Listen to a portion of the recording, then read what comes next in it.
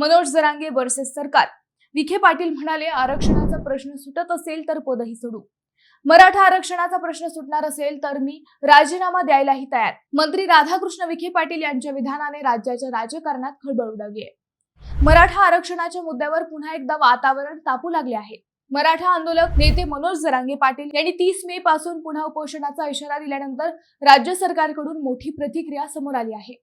मंत्री राधाकृष्ण विखे पाटील यांनी स्पष्ट शब्दात सांगितले आहे की माझ्या राजीनाम्यामुळे किंवा मंत्रिमंडळ उपसमिती बरखास्त केल्यामुळे मराठा आरक्षणाचा प्रश्न सुटत असेल तर त्यासाठी माझी पूर्ण तयारी आहे.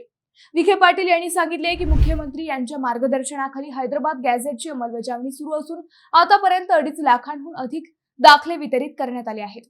तसेच आंदोलनादरम्यान दाखल झालेल्या बहुतांश गुन्ह्यांपैकी 20 ते 25% गुन्हे मागे घेण्यात आले असून केवळ गंभीर गुन्हे कायम ठेवण्यात आले आहेत.